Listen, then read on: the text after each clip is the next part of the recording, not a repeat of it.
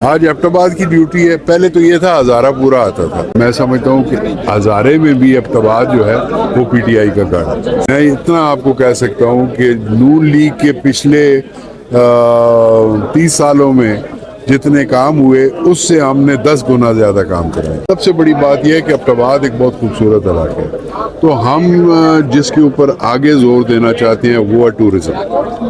اور خان صاحب بھی اسی کو ہی پروموٹ کرتے ہیں. ناظرین میں ہوں شہزاد اوان. آپ دیکھیں اے سی ٹی وی. ابھی ہم زمان پر موجود ہیں. ایکس ایم این اے ڈاکٹر اظہر خان جدون صاحب ہمارے ساتھ موجود ہیں. ابھی ان سے جانتے ہیں کہ پنجاب میں جو ٹکٹوں کی تقسیم ہوئی اس کے بعد جو ٹکٹی بٹیرے تھے وہ اڑ گئے ہیں. ابھی کے پی کے میں بھی ایسی صورتحال ہوگی تو کیا کہنا چاہیں گے یہ کے پی کے جو کینڈیڈیٹ ہیں؟ السلام علیکم سر. وعلیکم السلام. سر سب سے پہلے تو آپ مثلا زمان پارک میں آئے, اب خان صاحب کے پاس آئے, آپ کیا کہنا چاہیں گے؟ آج بھی خان صاحب کو جو ہے عدالت میں پیش ہونا پڑا, اس کے حوالے سے آپ کیا بولیں گے امپورٹڈ حکومت کو؟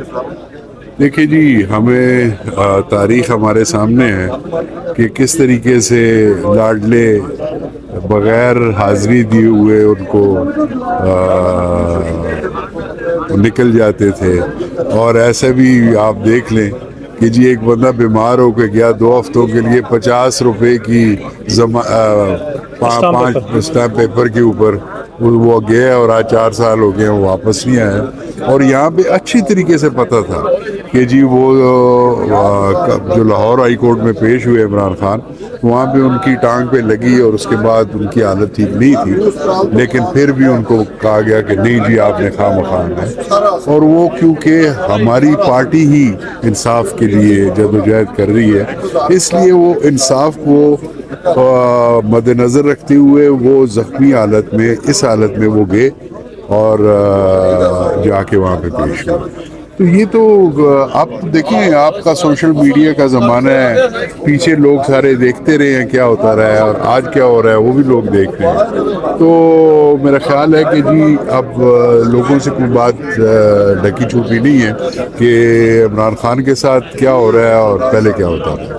سر بات میں یہ کہہ رہا تھا کہ جیسے الیکشن کی تقسیم کی بات کی جائے تو پنجاب میں جس طرح سے کینڈیڈیٹس ابھر کے سامنے آ رہے ہیں, خان صاحب پہ جو تنقید کی جا رہی ہے, کے پی کے میں بھی عنقریب الیکشن کی ڈیٹس اناؤنس ہو جائے گی, وہاں پہ بھی جو ہے نا بہت سارے کینڈیڈیٹ ہوں گے کے پی کے کی ٹکٹ کے حوالے سے, تو آپ کیا کہنا چاہیں گے ان کو؟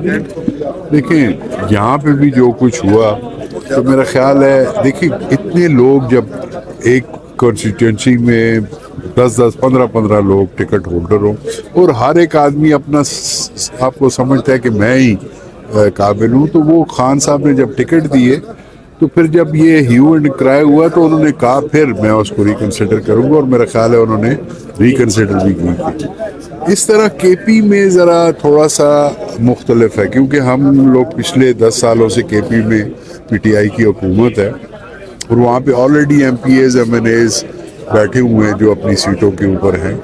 اور میرا نہیں خیال کہ وہاں پہ کوئی, ابھی آپ دیکھیں کہ یہاں پہ میرے انڈر ایک حلقہ آتا ہے وہ پی کے 40, یہ سامنے آپ کو نظر آ رہا ہے. اس کے اس وقت 5 کینڈیڈیٹس جو ہیں نا سارے کے سارے اکٹھے ہم آئے ہیں, سارے اکٹھے آئے ہیں. ایک ہی نعرہ ہے کہ ہم عمران خان کے ساتھ ہیں.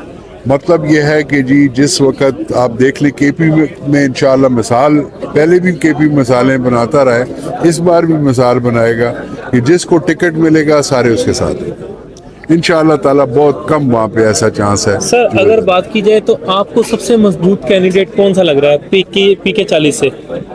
دیکھیں کیونکہ میں نیشنل اسمبلی میں ہوں, میں نہیں کہہ سکتا یہ بات کہ کون مضبوط رکھ رہا ہے. بات یہ ہے کہ جی وہ لوگ ہی بتا دیتے ہیں. دیکھیں بڑا اچھا سسٹم ہمارا پی ٹی آئی میں پہلی بار اس طرح کا سسٹم ہوا ہے کہ جی گراؤنڈ لیول کے اوپر وہاں پہ ایک بڑا اچھا ایک نظام ہے جس میں لوگ گھر گھر جا کے وہاں پہ انہوں نے وہ کیا. پھر یہاں پہ زمان پارک میں ہم پچھلے 1.5 مہینے سے آ رہے ہیں, ہر 6-7 دن بعد ہمارا یہاں پہ ڈیوٹی لگتی ہے ہماری. آج بھی ہم ڈیوٹی پہ آئے ہوئے, آج ایبٹ کی ڈیوٹی ہے. پہلے تو یہ تھا ہزارہ پورا آتا تھا. صحیح, ڈیوٹی کون لگاتا ہے؟ یہ ڈیوٹی سینٹر لگاتا ہے, یہاں سے لگائی جاتی ہے کہ اس بار ڈسٹرکٹ, آج ہمارا ڈسٹرکٹ ایبٹ آئے گا, یہ کل تک رہے گا.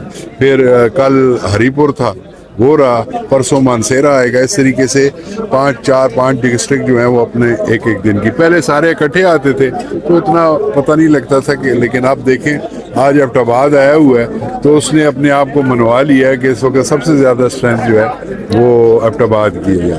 اور ایسے بھی آپ دیکھیں کہ ایبٹ آباد پی ٹی آئی کا گڑھ رہا ہے, اور پورے ہزارے سے میں 2013 میں ٹوٹل ایک سیٹ ہری پور سے این اے کی آئی تھی اور ایک سیٹ میری تھی, ایبٹ آباد میں آئی تھی.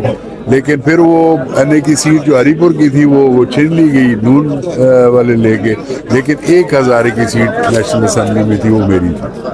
تو ایبٹ آباد ایسے بھی خان صاحب بھی ادھر بہت آتے رہے ہیں, اور اس وجہ سے میں سمجھتا ہوں کہ ہزارے میں بھی ایبٹ آباد جو ہے وہ پی ٹی آئی کا گڑھ ہے. سر بات دیکھی جائے, آپ مسئلہ ون کیا ہوا آپ نے, تو آپ نے اپنے حلقے میں کون کون سے ایسے کام کیے ہیں یا کروائے ہیں جو پچھلے جو ہے نا 50-60 سال یا 70 سال میں نہیں ہوئے؟ دیکھیں ہم سارے مل کے, جیسے ہمیں بڑا فائدہ ہوا کہ ہمارے مشتاق غنی صاحب ہمارے اسپیکر بن گئے, اسی طریقے سے قلندر لودھی صاحب بن گئے وزیر.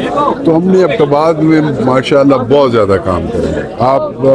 میں اتنا آپ کو کہہ سکتا ہوں کہ نون لیگ کے پچھلے 30 سالوں میں جتنے کام ہوئے اس سے ہم نے 10 گنا زیادہ کام کرے. آنے والے وقت میں آپ کیا کریں گے اپنے حلقے کے لیے, ایبٹ آباد کے لیے کون سے ایسے منصوبے ہیں جو آج تک نہیں سٹارٹ ہو سکے, آپ کا ذہن ہے کہ وہ ہم کریں گے انشاءاللہ؟ دیکھیں بہت سارے منصوبے ہیں. سب سے بڑی بات یہ ہے کہ ایبٹ آباد ایک بہت خوبصورت علاقہ ہے, تو ہم جس کے اوپر آگے زور دینا چاہتے ہیں وہ ہے ٹورزم.